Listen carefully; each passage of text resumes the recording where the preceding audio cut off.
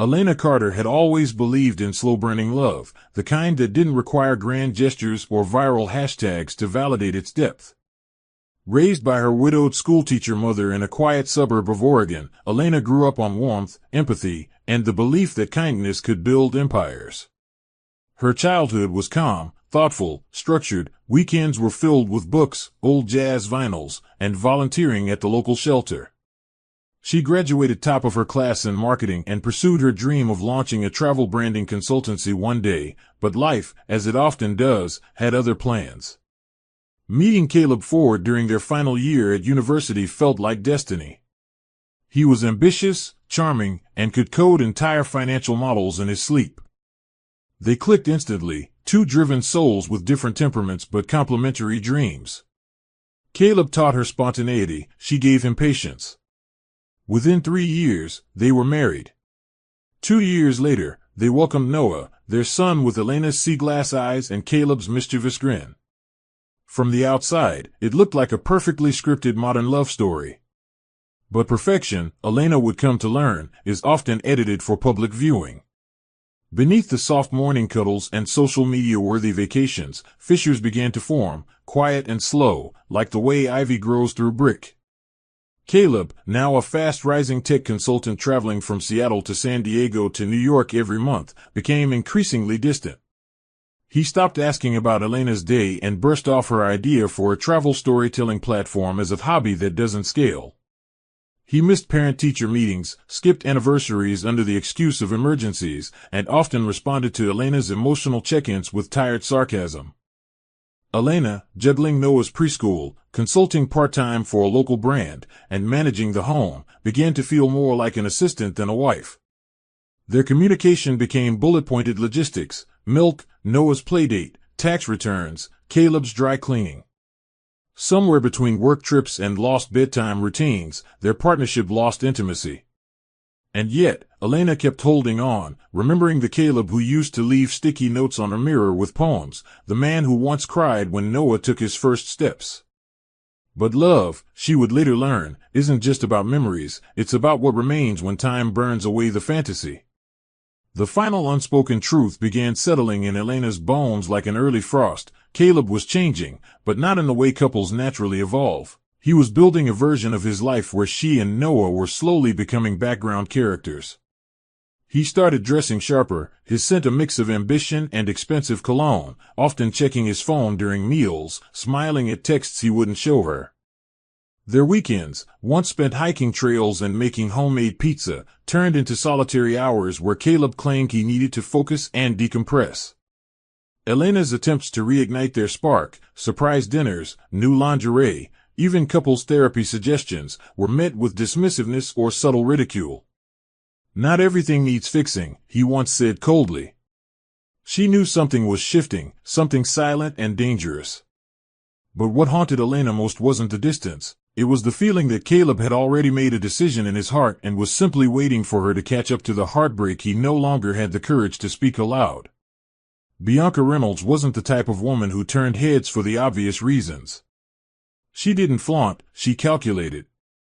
29, striking but not traditionally beautiful, she moved through corporate spaces like a shadow in silk, charming, observant, always 3 moves ahead. Born in Philadelphia to a career-driven father who was hardly ever home and a mother addicted to appearances, Bianca had learned early that vulnerability was a weakness and charm was a weapon. After earning her MBA, she became a corporate liaison for tech infrastructure firms, positioning herself as the bridge between aloof CEOs and demanding venture capitalists. That's how she met Caleb Ford, at a panel event where she spoke passionately about the intersection of client retention and ethical innovation. Caleb had been on the panel, visibly impressed by her poise. Their handshake lingered, their banter felt natural, and their first post-event drink, although professional in appearance, hinted at a chemistry neither of them cared to admit at the time. What began as a few work calls and overlapping projects turned into Caleb forwarding her memes late at night, and Bianca laughing a little too hard at his jokes over espresso breaks. She steadied him, not just the professional Caleb but the man underneath the blazer. He was ambitious, methodical, and visibly bored with routine. Bianca noticed how his tone softened when he mentioned his son, but also how he paused when talking about his wife. "She's great," he once said, eyes drifting, "just different." Bianca never pushed. She knew how to let silence work for her. She started sending him articles he'd find intellectually stimulating, left subtle compliments buried in emails, occasionally brushed his arm in passing during meetings. She became the confidant Elena no longer was, feeding Caleb's ego in the exact way he craved. And slowly, without fireworks or scandalous texts, Caleb began leaning more into Bianca's attention, and further out of Elena's orbit. The emotional affair had started, long before any physical betrayal, and by the time Caleb realized how deep he was, Bianca had already carved out space in his life that felt irreplaceable. Bianca wasn't in love with Caleb, not truly, but she loved the game, the validation, the thrill of being chosen. She convinced herself that Elena was holding him back, tethering him to a life he no longer aligned with. Bianca never openly disrespected Elena. She played the part of the curious colleague, never overstepping in public. But privately, she was strategic. She learned Caleb's routines, his frustrations, and the places he felt most alive. She booked meetings near rooftop lounges with moody jazz, places where Caleb forgot to check the time. And when the first kiss happened, it was almost mechanical, mutual, electric, forbidden. Caleb, guilt simmering beneath the surface, told himself it was a mistake. Bianca told him it was destiny. From that moment, everything changed. Texts became secretive. Business trips extended into weekends. Caleb started rewriting the narrative of his marriage, telling himself Elena had stopped seeing him, when in truth, he had stopped looking. Bianca didn't need to steal Caleb. He walked willingly, led by pride, seduced by something that glittered like love but was really ambition dressed as desire. It happened on a Sunday morning, under a sunlit sky that should have promised peace. Elena had taken Noah to brunch at the Elms, a family-friendly hotel cafe where they often shared pancakes and drew silly faces on napkins. Caleb had said he was in Chicago for a last-minute meeting, claiming his weekend was packed with back-to-back investor calls. But as Noah gleefully chewed on a strawberry, he waved excitedly at a woman across the room. "That's Auntie Bianca. Daddy's friend. She gave me candy yesterday." Elena's smile froze mid-bite. She followed her son's finger, and there, half hidden behind a tall potted fern, was Caleb, seated beside Bianca, sharing a bottle of wine in the middle of the day. The distance between their bodies, the way their laughter spilled like it had no conscience, and the intimacy in Bianca's hand gently brushing Caleb's collar, it wasn't just business. Elena's stomach turned. And for the first time in years, something inside her didn't just hurt, it cracked. Back home, the walls felt like strangers. Elena sat on the edge of their marital bed, numb, as Caleb returned that evening with the stench of denial and expensive wine on his shirt. She didn't scream. She didn't cry. She asked questions with unsettling calm, each word calculated like a scalpel. "Were you in Chicago?" Caleb faltered. She asked again. "Did Noah imagine you and Bianca together yesterday?" He looked away, his jaw clenched, muttering something about her being dramatic and insecure. "You've changed," he added coldly. "You're too safe, too predictable." "I'm suffocating." Elena wanted to scream, to throw something, to make him feel even a fraction of her confusion, her betrayal, her loss. But instead, she nodded slowly, walked over to their closet, and began packing. Caleb didn't stop her. Not even when Noah asked why Mommy was folding clothes into suitcases and whispering on the phone with Aunt Jasmine. That night, Elena left her home, her comfort, and the man she once called her anchor, not out of hate, but because she realized love that demanded silence in exchange for loyalty wasn't love at all. In the quiet of her car as she drove away, Noah asleep in the back seat clutching his stuffed bear, Elena allowed herself a single tear. Just one. Not for Caleb, but for the woman she used to be, the one who believed love was meant to be endured, even when it hurt. Her phone buzzed with Caleb's message, "You're being impulsive. We'll talk when you've calmed down." She turned it face down and never replied. Instead, she drove to Jasmine's apartment, where a small guest room waited, cluttered with toddler toys and warm energy. Jasmine opened the door without asking questions and just hugged her. Elena didn't know what tomorrow held. She had no job lined up, no plan, just a child, a broken heart, and a mind that had finally chosen itself. But something sacred had awakened, an ember of self-respect long buried under sacrifice. The storm had broken, and she wasn't running anymore. She was walking through it, head held high. The first morning in Jasmine's two-bedroom apartment was a far cry from the quiet, sanitized routines of Elena's former home. A teething toddler screamed down the hall, the smell of burnt toast filled the kitchen, and the sound of a neighbor's faulty plumbing echoed through the walls like distant thunder. Yet, somehow, the chaos felt alive, more honest than the emptiness of her marble countertop kitchen back at Caleb's. Elena stared at the ceiling for several minutes before forcing herself out of bed, Noah still curled beside her, his breathing shallow and peaceful. That morning, Jasmine handed her a mug of coffee, strong and bitter, with no sugar, just like the truth she had chosen. "He doesn't define you, Elle," Jasmine said softly. "You do." They didn't need to say Caleb's name. Elena was still bleeding from the emotional wound, but she was also breathing again. Inhale. Exhale. For the first time in years, she felt her lungs fill with something other than silence. Elena knew she couldn't afford to collapse, not with a 6-year-old watching her every move. After settling Noah into a new public elementary school 3 blocks away, she began applying for freelance marketing gigs, small businesses, nonprofits, travel blogs, anyone willing to trust her with their voice. But competition was brutal, and rejection emails rolled in with unkind efficiency. Still, she kept moving.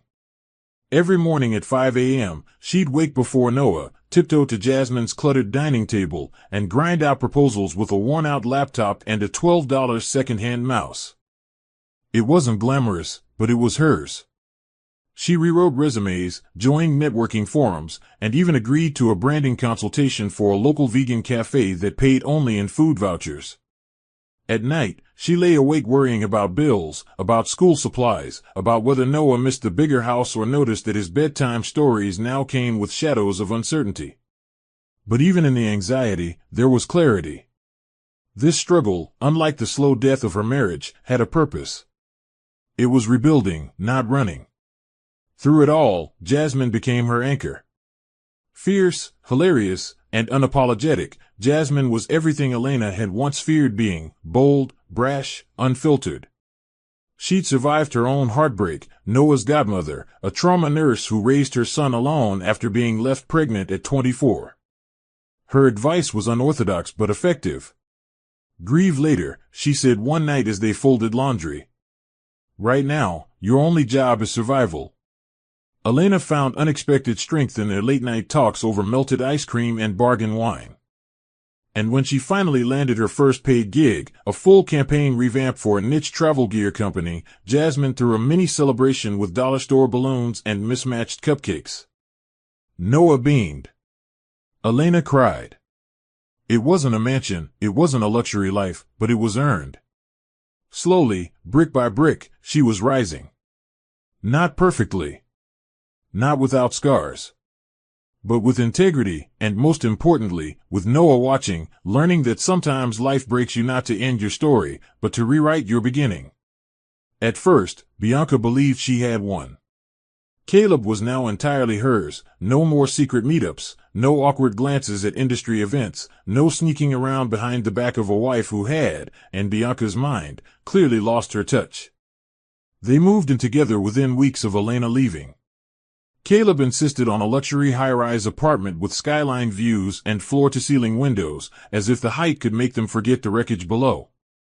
Their days were filled with lavish brunches, rooftop parties, and vacations to Napa Valley and Cabo. Bianca documented everything. Social media became her theater, filtered sunsets, champagne flutes clinking midair, carefully captioned couple selfies, each post a declaration that she had arrived. But behind the gloss, reality slithered in. Caleb rarely laughed the way she expected. He was polite, even generous, but emotionally vacant. She'd catch him zoning out during dinners or checking his phone late at night, eyes lingering too long, his smiles not quite reaching his eyes. Bianca tried to fill the void with extravagance, new wardrobes, home renovations, designer perfume that cost more than her old rent. She pressured Caleb about engagement rings, hinting during conversations, even browsing rings on shared devices by accident. But he deflected with work excuses, pushed proposals to the back burner, saying, "We've got time." And suddenly, Bianca began to notice what she had never intended to see. The man she thought she stole wasn't emotionally present. He was more focused on quarterly reports than the relationship they'd built on adrenaline and secrecy. When she tried to reignite the passion that once burned between them, Caleb responded with indifference, or worse, distraction. She realized she didn't know how to connect with him beyond the thrill of what they used to be. Without the affair to bind them, what remained was a shell of two people playing parts. Their conversations grew shorter. Their shared jokes faded. Their world, though polished and curated, began to feel alarmingly hollow. Bianca had spent so much time trying to replace Elena, she hadn't paused to wonder if she'd ever truly mattered to him beyond convenience. Still, Bianca clung to the illusion. She hosted couple dinners to compete with the married friends in Caleb's circle, some of whom only barely concealed their skepticism about her. She would overhear whispers when she left the room, "She's the reason his marriage fell apart." At work, people congratulated her with forced smiles, but the tension was unmistakable. And Caleb, he was starting to show signs of emotional fatigue. He slept in more often, answered questions with grunts, and buried himself deeper into his laptop. The intimacy that had once been electrifying now felt performative. Bianca would watch him from across the kitchen island, his face half lit by the screen glow, and wonder what, or who, he was thinking about.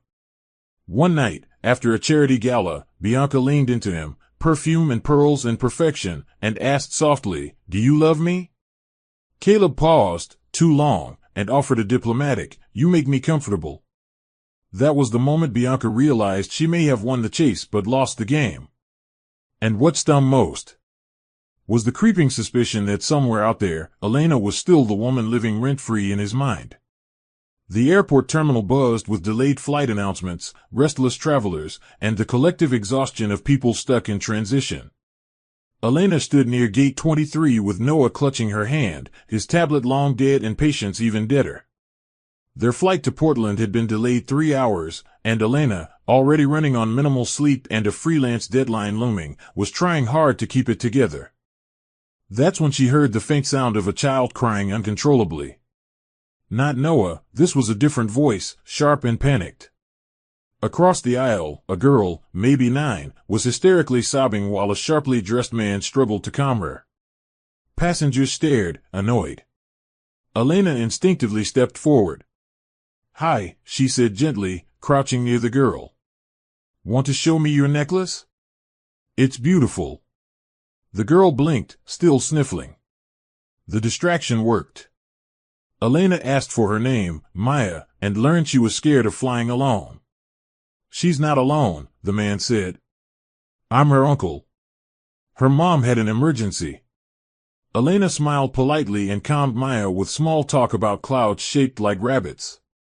Only later did she notice the man's watch, a rare Patek Philippe, one she'd once written about for a brand she consulted. But the man himself was more interesting than the watch. That man was Grayson Sinclair, CEO of Sinclair Global Logistics, a multi-billion-dollar supply chain conglomerate known for its sustainability innovations and quiet dominance. He was tall, impeccably groomed, with a deep voice that carried influence without arrogance. And yet, there was something raw behind his composed gaze, something bruised, almost haunted.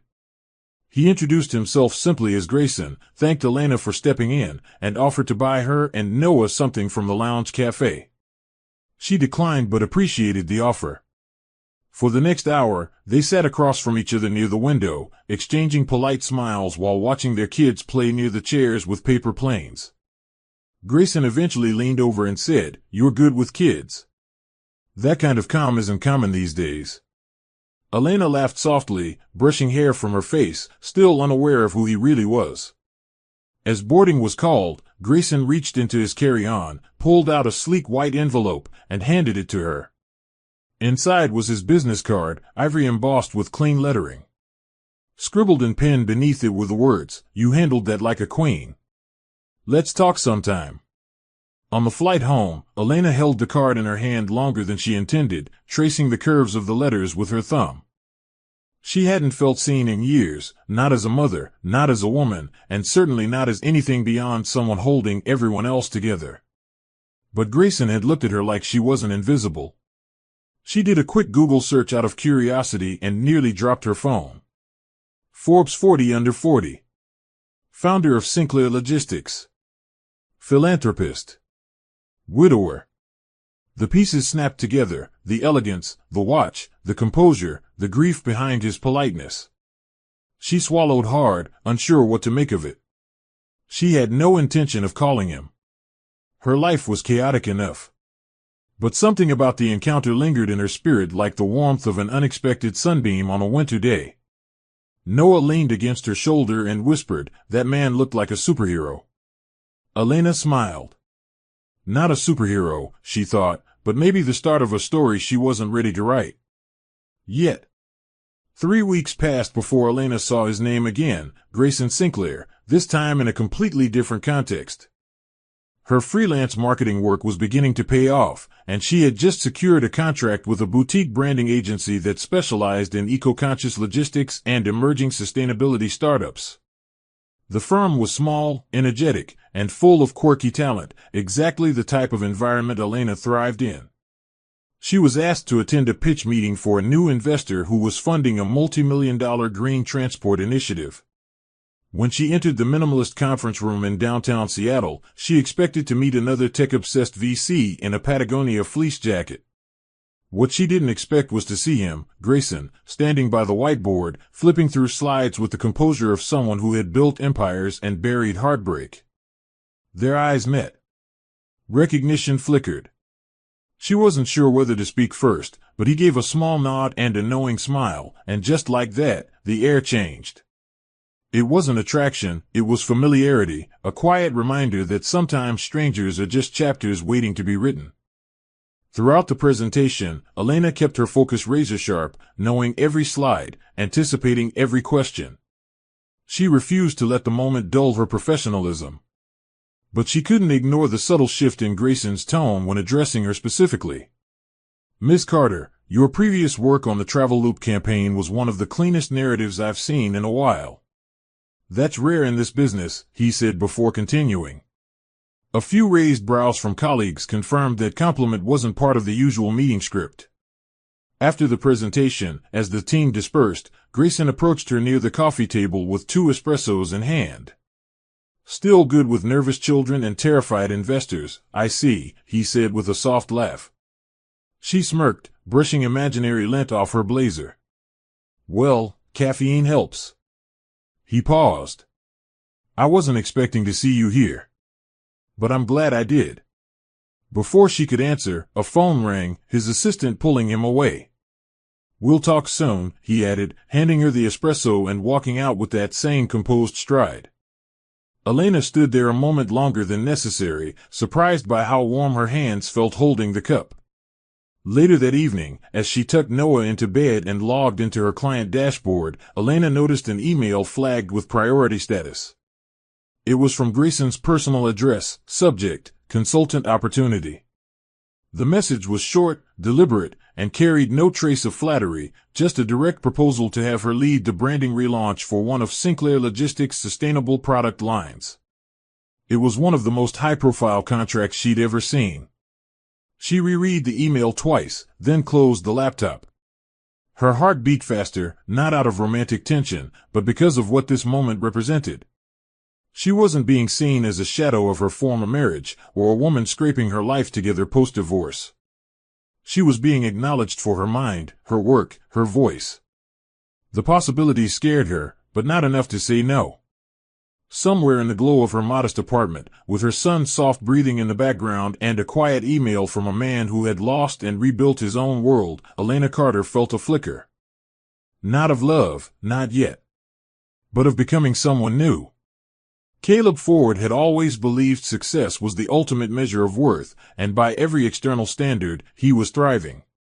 His tech consultancy had landed 2 major contracts, his name often appeared in financial journals, and he lived in a high-rise apartment with floor-to-ceiling views of the city skyline.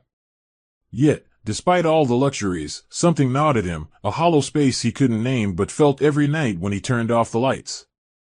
The emptiness wasn't just about Elena's absence, it was about what she took with her when she left. Noah's laughter no longer echoed through hallways. The warmth of a family meal, the quiet comfort of someone who understood him without words, all of it was gone. Bianca tried to fill the void with expensive wine, curated date nights, and shallow flattery, but none of it felt real. Caleb found himself scrolling through social media late at night, stopping on posts of Elena's freelance achievements and Noah's milestones, each update a sharp reminder of what he had carelessly abandoned. What unsettled Caleb most wasn't just Elena's resilience, it was how radiant she looked. She wasn't the timid, soft-spoken woman he remembered from their last fight. Her eyes, even in casual photos, gleamed with determination and independence. In one video, Noah was laughing while helping her test a product for a client, his tiny voice calling her the coolest mom ever. Caleb felt a strange pang, a mix of pride and regret. It wasn't just that Elena had rebuilt her life, it was that she had done it without him, and perhaps better because of it. Bianca noticed his wandering thoughts. "You've been distracted," she remarked one evening as they sat at a rooftop restaurant. "Still thinking about her?" He denied it, but his tone was unconvincing. The truth was unavoidable. Bianca, once his thrilling escape, now reminded him of everything hollow in his life. Caleb started questioning if leaving Elena was ever about happiness or if it was simply about feeding his ego, an ego now bruised by watching her thrive without his presence or approval. That night, as he stood on his balcony with a glass of bourbon, Caleb replayed the last year like a movie he couldn't pause. He remembered Elena's face the day she walked out, not angry, not even bitter, just done.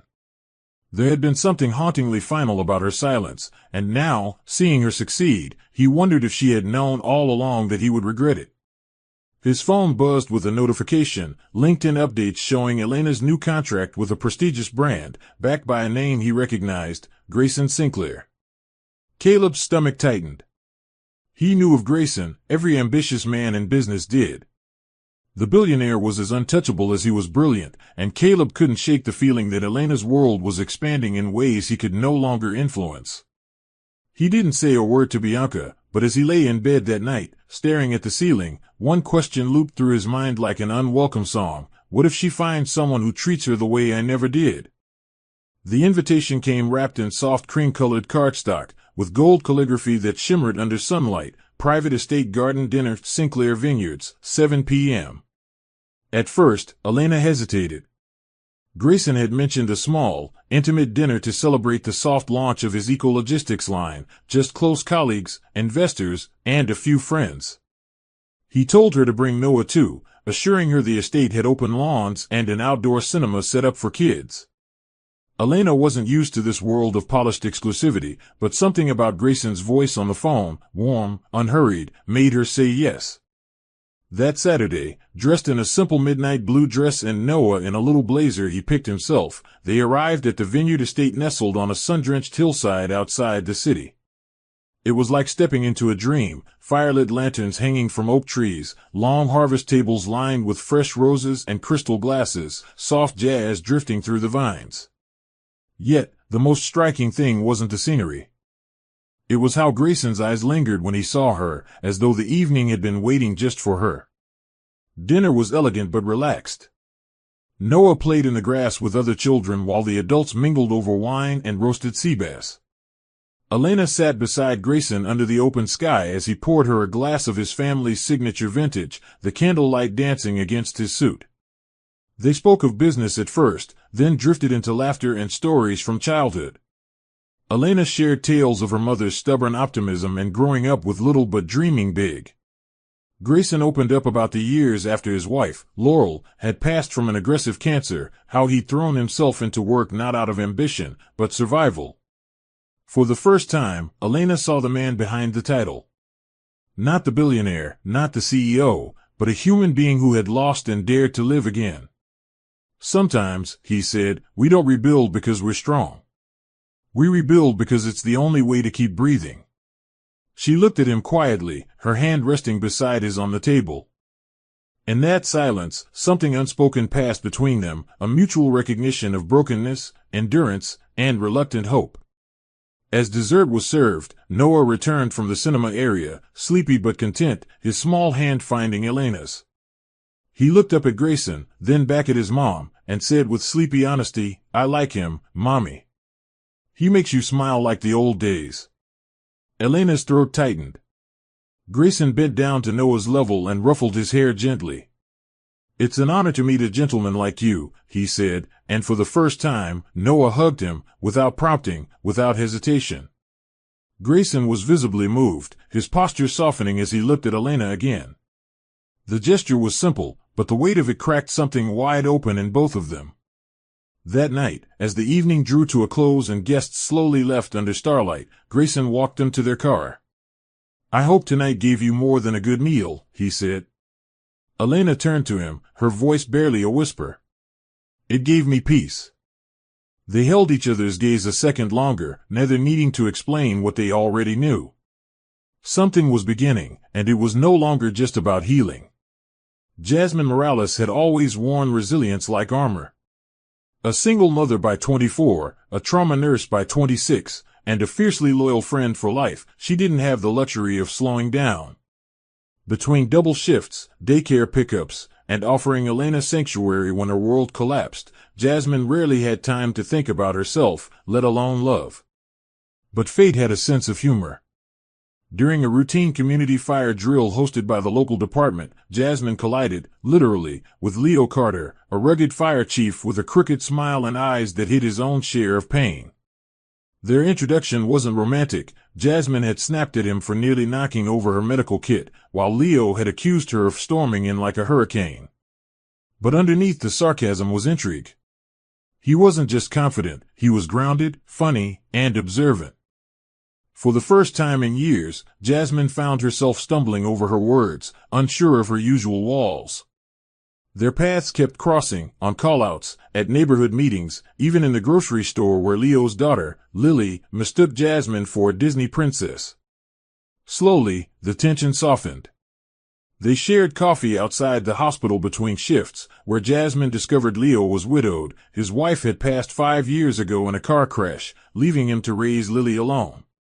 His grief, though older than hers, mirrored her own in unexpected ways. He didn't romanticize survival. He lived it. Jasmine, who had always prided herself on independence, was shocked by how easily she could lean into someone else's presence without losing herself. Leo never pushed. He simply showed up, in quiet gestures, and listening, and taking over daycare pickup when she had a late shift. One evening, he dropped off a homemade stew with a post-it that read, "For the strongest woman I know, strong people need care too." Jasmine stood in her kitchen for 10 minutes, staring at that note. Her chest ached in a way she hadn't felt since before her son was born. It wasn't just about romance, it was about being seen, deeply, without conditions. Elena noticed the change almost immediately. Jasmine laughed more, slept better, even wore lip gloss again. They sat on the fire escape one night with paper cups of wine, watching the city breathe beneath them. "I thought I was too much for someone," Jasmine admitted. "Turns out, I just needed someone who wasn't afraid of the fire." Elena smiled, her own heart lifting as she watched her best friend rediscover joy. Their journeys were different, but they were walking side by side, each woman proving that healing didn't always arrive in grand gestures. Sometimes, it came in little hands tugging your dress, and burnt coffee, and sarcasm from a man who smelled like cedar and safety. Jasmine hadn't planned on falling in love again. But sometimes, the best chapters were the ones life wrote when you weren't looking. And for the first time in years, she was excited to turn the page. Bianca Reynolds prided herself on being in control. Her calendar was color-coded, her wardrobe flawlessly curated, and her Instagram feed a living art exhibit of perfect lighting and curated smiles. But control was beginning to slip. Caleb was changing. Slowly at first, canceling date nights with vague excuses, staying longer at the office, responding to her jokes with distracted nods. Bianca noticed, but instead of confronting it, she doubled down: more lingerie, more reservations at five-star restaurants, more flirtation laced with desperation. She wasn't used to chasing. She was the prize, the upgrade, the one he left his wife for. Yet now, she felt like a placeholder in her own story. It began to consume her. One night, after Caleb fell asleep on the couch again with his laptop open and dinner untouched, Bianca did what she once swore she never would: she opened his phone. What she found wasn't scandalous, but far worse. A string of LinkedIn searches, updates about Elena Carter, and a paused video of Noah reading from a children's book. The next morning, Bianca confronted Caleb not with rage, but with a calculated blend of sarcasm and accusation. "Tell me, Caleb," she said while pouring coffee, her voice like ice under silk, "do you still think about your ex-wife when you're with me?"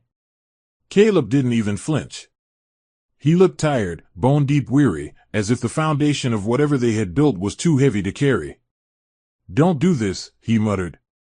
But she pushed, needing to hear it, needing validation or war, anything but silence. "You're obsessed with her," Bianca snapped. "Scrolling through her life like she's still yours. She's not. You chose me. Remember?" Caleb stood there, unmoved, and that silence said everything. The worst betrayal wasn't cheating, it was indifference. Bianca's voice broke as she added, "I made you my future. Was I just a distraction?" Caleb exhaled slowly, not cruel, but detached. "You weren't supposed to become the same thing I was running from." That sentence, spoken so plainly, shattered something inside Bianca. She realized then that she may have won a man physically, but emotionally, she had never truly held him. The days that followed were strained, silent, suffocating. Caleb stayed out longer, took calls in private, and no longer responded to Bianca's affection. She began spiraling in isolation, scrolling through Elena's public posts, comparing outfits, resumes, even the way Elena carried herself, so composed, so untouched by the chaos Bianca now swam in.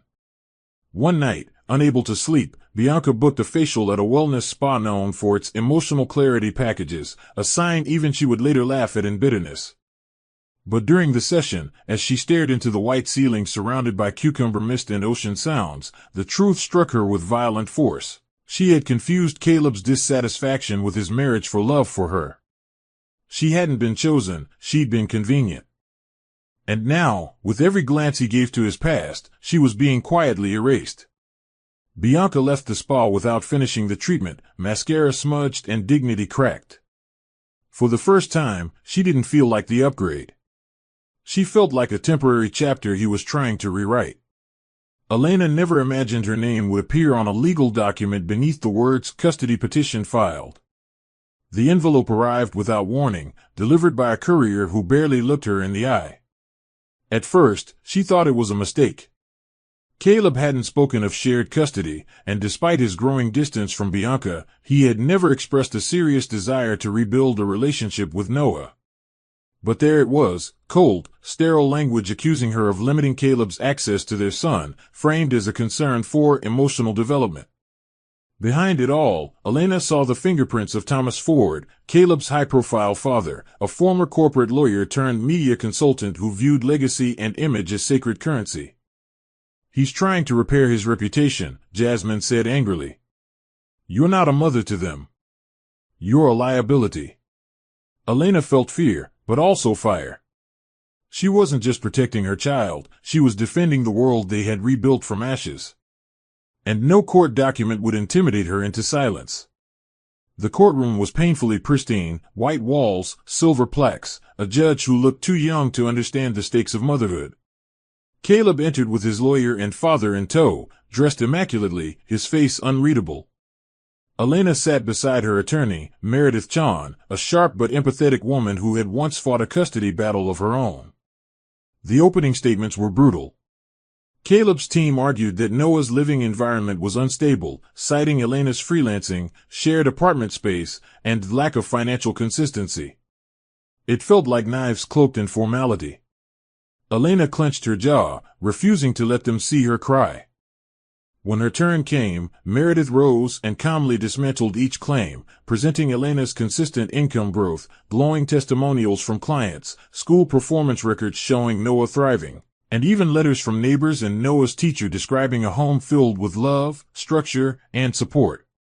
Then, they called Noah's pediatric therapist, a soft-spoken woman named Dr. Keating, who testified that Noah displayed emotional intelligence, security, and trust, especially when speaking about his mother. "He talks about his mom like she's his hero," Dr. Keating said. Caleb looked away. But it was Noah himself, unplanned, unscripted, who delivered the final blow. During a recess, he tugged the judge's robe in the hallway and asked, "Will they make me live with someone who only visits me to ask about homework?" The judge, startled, invited the boy into chambers for a private word, as protocol allowed in family court. When they returned, Caleb's expression had changed, no longer stoic, but fragile. He whispered something to his attorney, who rose and asked for a quiet adjournment. Minutes later, the judge ruled to maintain Elena's full custody, with Caleb retaining limited visitation rights until he demonstrated consistent emotional involvement. Elena didn't smile. She didn't gloat. She simply held Noah's hand and walked out of that courtroom with her spine straight, her dignity intact, and her soul quietly shattered and mended all at once. Caleb stood behind, alone, his father's hand on his shoulder. But even Thomas Ford's grip couldn't anchor him now. Caleb had entered that courtroom seeking redemption through control. What he found instead was the beginning of accountability, and the echo of a child's honesty ringing louder than any lawyer's argument. Victor Sinclair returned to the States like a gust of wind that unsettled everything in its path, dressed in navy wool, fresh off a red-eye from Geneva, and carrying more concern than luggage. At 36, Victor was Grayson's younger brother by 3 years, but the lines around his eyes made him look older. A former investment banker turned risk analyst for a Swiss conglomerate, he had always played the role of the family's internal compass, calculated, cautious, and brutally honest. When he first laid eyes on Elena during a Sinclair Logistics board mixer, he was disarmed by her poise and quiet intellect. But behind his polite smile lingered unease. That night, over bourbon and silence on the Sinclair estate balcony, Victor confronted his brother. "She's different, yes," he said. "But don't act like you're ready when you haven't buried your ghosts. You swore you'd never feel again, remember?" Grayson sipped his drink without meeting his eyes. "I didn't think I could. Until her." Victor didn't smile. "That's what worries me." The next day, Victor requested a private coffee with Elena. She hesitated, sensing formality in his tone. They met at a quiet waterfront cafe, where Victor cut straight to the point. "I'm not here to intimidate you," he said, "but I need you to know what you're stepping into." He shared the story behind Grayson's silence. The wife he lost, Laurel, had been pregnant with their first child when she collapsed from a brain aneurysm during a holiday dinner. It was sudden, brutal, and entirely unpredictable. For 2 years afterward, Grayson spiraled, not publicly, but quietly, methodically. He became reclusive, turning his grief into empire building. Victor, watching from Europe, feared that love, any love, would become a trigger, not a refuge. "He rebuilt the world around him like a fortress," Victor said. "And now that you're in it, I need to be sure you're not here to knock it down. Even unintentionally." Elena sat in stunned silence, her fingers trembling slightly around the ceramic cup. She hadn't known. Grayson had spoken of loss, yes, but not like this. Not the raw, merciless version. And yet, she couldn't walk away from what they had started. It wasn't pity she felt, it was something deeper. A tether not easily cut. That evening, Elena stood at the window of her apartment while Noah played quietly behind her. Her thoughts spiraled, not out of doubt in Grayson's feelings, but in her own capacity to carry someone else's grief while managing her own. She wasn't a stranger to heartbreak. But this was different. This wasn't betrayal or failure, this was death, and the memory of a child that never took a breath. Could love blossom in soil where sorrow once rooted? She didn't know. But when her phone vibrated and Grayson's name appeared with the message, "Dinner tomorrow? Just us." "No business," she typed back 2 words, "I'd like that." It wasn't a declaration. It wasn't a promise. It was a step forward. Small, but intentional. And though Victor had meant to plant caution in her heart, what he had done instead was reveal how much Grayson had survived. And survivors, she thought, often loved with a depth that didn't scare her, it mirrored her own. The past didn't frighten her. What terrified her more was not trying. The morning began like any other, sunlight spilling into the apartment, cereal crunching in Noah's bowl, and Elena reviewing emails at the kitchen counter with her coffee growing cold beside her. But by mid-afternoon, everything unraveled. Noah had returned from school quieter than usual, rubbing his stomach and refusing dinner. Elena assumed it was a bug, something mild and passing, until he woke at 2 a.m. in a cold sweat, vomiting and clutching his side, his small frame trembling. Panic roared in her veins. She bundled him into the car with shaking hands, heart pounding as she sped to Seattle Children's Hospital, barely noticing the red lights she ran. At the emergency room, the nurse moved quickly, recognizing Noah's symptoms. Suspected appendicitis. The word hit Elena like a thunderclap. In less than 15 minutes, Noah was wheeled away for scans, and Elena stood frozen in the waiting area, her breath caught in her throat as monitors beeped behind sterile doors. Her son was in pain, and she felt helpless. Grayson arrived 20 minutes later, no questions, no hesitation. Elena had called him from the hospital parking lot, her voice cracked and barely audible. He didn't speak when he reached her, didn't ask for details. He simply placed his hand over hers, grounding her. His presence was steady, calming, like standing near a lighthouse in the middle of a storm. But what neither of them expected was Caleb to show up an hour later, shoulders squared, eyes bloodshot. He had received a message from Elena's frantic voicemail, one she barely remembered leaving, and now stood at the ER entrance like a ghost from a parallel life. Grayson gave him a nod of recognition, then stepped back. Caleb approached slowly, his voice barely above a whisper. "Is he?" Elena cut him off gently. "They're running tests. Appendicitis." The 3 of them sat in silence, a triangle of tension, history, and love, none of them knowing where they belonged in that moment. Noah's pain had cracked something open, something none of them were prepared to face. And yet, all 3 were there, waiting, hoping, silently tethered to the same heartbeat behind those doors. The surgeon emerged 2 hours later, confirming it was indeed appendicitis. Surgery was scheduled within the hour, minimally invasive but necessary. Elena nodded, gripping the consent form, trying to hold herself together as Noah was wheeled away in a tiny hospital gown, his hand reaching out for hers. Grayson gave them space.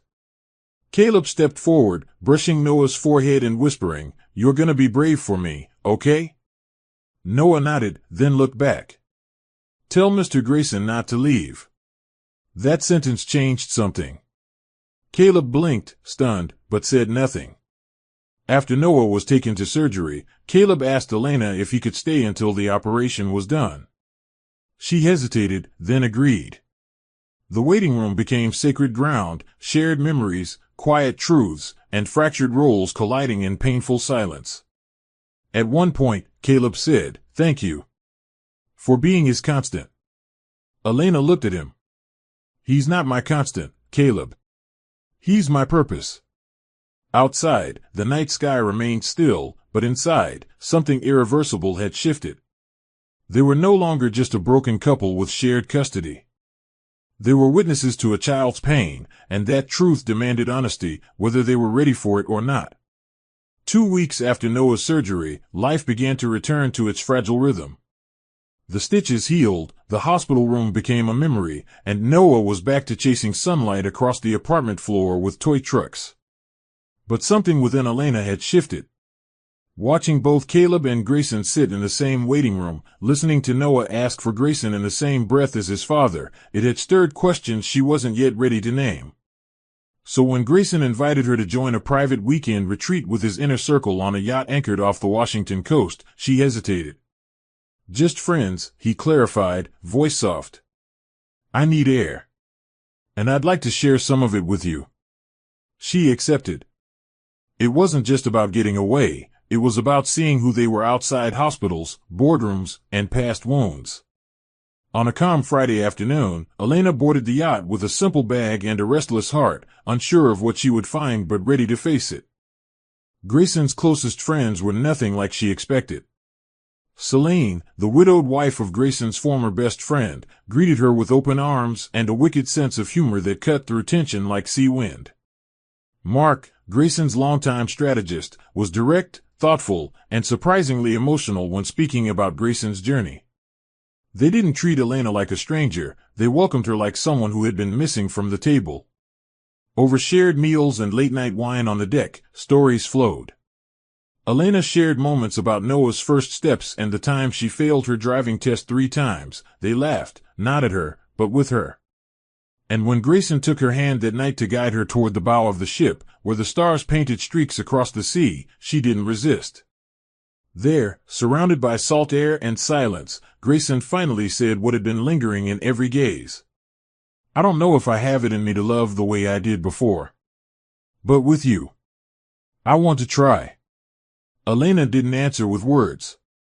She stepped closer and kissed him. The kiss wasn't grand or scripted, it was soft, tentative, like two people finding their way across a bridge made from pain and possibility. When they pulled apart, Elena leaned her head against his shoulder, breathing in the scent of the sea and him. I'm not asking you to erase her, she said, her voice trembling. Just don't erase yourself trying to forget. Grayson nodded, eyes glassy. I've done enough forgetting. That night, they didn't make promises. They just existed, close, real, present. The next morning, as sunlight spilled across the waves, Elena woke on the deck with a blanket over her shoulders and Grayson beside her, still asleep. She didn't know what the future held, if the world would try to rip this piece apart or if her heart could handle the weight of loving again. But she knew one thing for certain, this wasn't a rebound or an escape. This was something honest. Something born not from need, but choice. Bianca stood in front of Elena's apartment building wearing an ivory trench coat and designer heels, gripping her clutch like it held the last of her dignity. She had rehearsed what she would say 100 times, but the words were already unraveling in her mind. Elena hadn't expected visitors. When she opened the door, her face registered only brief surprise before shifting into calm neutrality, the kind of composed strength that unnerved Bianca more than any scream ever could. We need to talk, Bianca said, forcing a smile too wide. Woman to woman. Elena didn't respond immediately. She stepped aside wordlessly, letting Bianca enter the apartment where Noah's school art projects hung proudly on the walls. Bianca's eyes darted around, searching for flaws, for weakness. She found none. You think you've won, don't you? Bianca began, her voice low but sharp. You left your marriage in ruins and now you parade around with a billionaire like grief is just some fashion trend. Elena crossed her arms, her eyes unwavering. I didn't win anything, Bianca. I survived something. But Bianca wasn't listening. Her carefully constructed mask cracked as she launched into a tirade about Grayson, about how Elena was manipulating her way into the elite, pretending to be some wounded saint while seducing men who deserved better. Her voice rose with each accusation, until Noah emerged from his room, rubbing his eyes. Mommy? He asked, voice small. Bianca froze. Elena walked to Noah and kneeled beside him. Go back to your room, sweetheart. This woman was just leaving. But Noah didn't move. He looked at Bianca, then at Elena, and said, Is she the one Daddy said was a mistake? Bianca paled. Before she could respond, the door opened behind her, and there stood Caleb, wide-eyed and furious. He hadn't come to see Elena. He had followed Bianca's phone location after sensing something was wrong. What the hell are you doing here? He barked. Bianca stumbled over her words. I wanted her to know that you're unstable. Caleb snapped. Congratulations. Message received. The fallout was swift. Caleb didn't wait for explanations.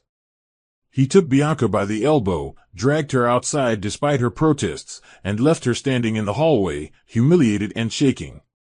But what followed was worse. That night, while Bianca sobbed on the edge of her bathtub, Caleb overheard a phone call, Bianca laughing, mocking Noah's voice, telling a friend that playing family with a kid who still wets the bed was a nightmare. She didn't know he had returned to grab his keys. She didn't see him standing in the doorway, frozen with disgust. The next morning, Bianca woke to an empty apartment, Caleb gone, his things packed, her key deactivated. She called, texted, begged. No response. Her final message read, "I gave you everything." Caleb replied with a single sentence, "And you still managed to destroy it." Bianca dropped the phone, her chest hollow. She had played every card, crossed every line, and burned every bridge. What she didn't realize, until now, was that some wars aren't worth winning when the battlefield is made of ash. Caleb didn't fall apart in one dramatic collapse. His unraveling was quiet, stretched over sleepless nights and hollow days where time moved, but he didn't. After Bianca's final betrayal, he moved into a furnished corporate apartment, sterile, gray, a place that felt more like punishment than refuge. His once busy schedule cleared up as clients noticed his diminishing spark. For the first time in years, he had no one to impress, no one to argue with, and worst of all, no one to come home to. He spent his evenings staring at the muted TV, whiskey untouched in his glass, replaying memories he used to ignore, Noah's third birthday when Elena had baked a cake shaped like a spaceship, the night he got the promotion and she danced with him in the kitchen barefoot, the time she wept silently when he canceled their anniversary to fly to Denver. These were the details he'd once considered forgettable. Now they played on a loop, sharp and unforgiving. He reached out to his mother, Linda Ford, one evening, not out of obligation, but desperation. She hadn't taken sides during the divorce but had warned him, quietly, that good women don't wait forever. She arrived the next morning with groceries and a long stare, walking through his apartment like a detective scanning the scene of a crime. "You don't look like yourself," she finally said. Caleb leaned against the wall, ashamed. "What if I ruined the only version of me that was ever good?" Linda didn't rush to comfort. Instead, she reminded him that real men don't chase forgiveness like a trophy, they earn it through reflection, humility, and change. "You can't undo the pain, Caleb," she told him. "But you can stop pretending it didn't matter." That night, Caleb sat alone and wrote something he never thought he would, a letter. Not to win Elena back. Not to plead. But to acknowledge. He poured every word carefully, his failures, his blindness, the depth of his regret, and most importantly, a quiet thank you. Thank you for being the one who gave him the best version of a family before he knew what to do with it. When he mailed the letter, he felt no relief, only fear. He didn't know how Elena would respond, or if she would respond at all. He didn't expect forgiveness. He didn't even believe he deserved it. But something about sending the truth into the world felt necessary. He needed Elena to know that he saw her now, the strength, the grace, the pain she'd hidden behind silence. And he needed to admit to himself that he had been the architect of his own emptiness. Days passed, and the silence that followed was louder than any scream. Yet, strangely, it brought clarity. He started therapy, for himself, not as a PR move. He showed up to Noah's games, not to impress Elena, but because he finally realized that fatherhood wasn't a title, it was a presence. For the first time, Caleb was trying to become someone his son could respect, not because he won back what he lost, but because he learned what it meant to truly lose. The chandeliers glowed like molten glass inside Maison de Lune, the city's most exclusive fine dining establishment, where the wine list read like a novella and reservations were booked 3 months in advance. Caleb Ford had been there before, but never like this. Tonight was an awkward attempt at civility with Bianca, who had begged for one last dinner to explain, to apologize, to offer closure. Caleb, now emotionally removed and numb, agreed out of politeness, not hope. He wore his gray suit without care, the usual polish missing from his movements. Bianca arrived in a crimson gown that shimmered under candlelight, her eyes desperate for redemption. "Let's just pretend," she said with a strained smile, "that we're not ghosts to each other." Caleb barely responded. The waiter led them to their table near the fountain centerpiece. As they sat, Caleb's eyes drifted across the room, idle, detached, until something in the distance snapped his entire body alert. There, by the grand piano, stood Elena. She looked ethereal in a sapphire gown that moved like liquid against her skin, her hair swept back in elegant waves. And standing beside her, with absolute poise and reverence, was Grayson Sinclair. The lights dimmed. The pianist played something soft and orchestral as Grayson guided Elena forward, stopping directly under the high arch of roses that crowned the restaurant's atrium. Silence washed over the room as Grayson pulled something from his coat pocket, a small, velvet box. Gasps followed. A few camera phones discreetly lifted. Bianca sat up straight, eyes narrowing in disbelief. Caleb could no longer move. He watched as Grayson sank to one knee, his hand trembling only slightly as he opened the box to reveal a diamond that seemed to shimmer with its own breath. "Elena Carter," Grayson's voice echoed just enough, "you gave me a reason to believe in tomorrow. I want to give you the rest of mine." Elena covered her mouth, tears shimmering as she nodded. "Yes," she whispered. The restaurant erupted in quiet applause. Caleb's heart didn't just sink, it imploded. Bianca turned slowly toward Caleb, her face awash in cruel realization. "You didn't come here for closure," she said coldly. "You came to convince yourself she wasn't really gone." Caleb didn't answer. He couldn't. His gaze remained fixed on Elena, now wrapped in Grayson's embrace, her eyes shining with joy he never gave her. For the first time, Caleb wasn't filled with anger or jealousy. He was filled with clarity. All the rationalizations, the arrogance, the distractions, they dissolved in that moment like fog under sunlight. He had underestimated her. He had dismissed her quiet strength, her capacity to rebuild, to be chosen by someone who saw her fully. And now, here he sat, across from the woman who had helped him destroy everything, watching the woman he once vowed to love be celebrated by a man who meant it. Caleb pushed back his chair slowly. "Enjoy your meal," he murmured to Bianca, before walking out of the restaurant, into the cold, alone, with the sound of applause still echoing behind him. 3 days after the proposal, Elena sat at her favorite corner of Indigo Cafe, the same quiet place she once visited to cry in silence after leaving Caleb. Now it held a different energy, light, calm, and oddly full circle. She sipped her herbal tea and stared at the city skyline, absently rubbing the engagement ring Grayson had slipped onto her finger. It wasn't about the diamond, it was about what it represented. Choice. Respect. Growth. That morning, she'd received a letter at her doorstep. Handwritten. From Caleb. She had stared at the envelope for hours before opening it. Inside, he had poured his soul, no excuses, no apologies shaped to win her back. Just truth. A confession of blindness, pride, and a deep understanding that he had not just lost her, he had forfeited the chance to know the woman she was becoming. It ended with one line: "You were the only part of my life that ever truly mattered. Thank you for loving me when I didn't know how to love you back." Elena didn't respond immediately. But she knew she had to see him, once, not as exes or enemies, but as two people with shared history who needed a proper goodbye. They met at Discovery Park, near the cliffside trail where they once walked hand in hand during their early days of dating. Now, they stood feet apart, no longer tethered by resentment or longing, just mutual understanding. Caleb looked thinner, quieter, but clearer somehow. "Congratulations," he said softly, gesturing to her hand. Elena nodded. "Thank you." There were no raised voices, no apologies demanded. Just silence, and in that silence, truth. "I was so focused on what I thought I needed," Caleb said, "I forgot what I already had." Elena's eyes misted, not from sadness, but from peace. "And I thought if I loved you hard enough, it would be enough to make you stay." They sat on a nearby bench, letting the wind braid itself between their final words. Caleb finally whispered, "I don't expect you to forgive me. But I needed you to know. I see it now. Everything. Elena placed a hand briefly over his, not with affection, but with closure. I forgave you the day I chose myself, she said.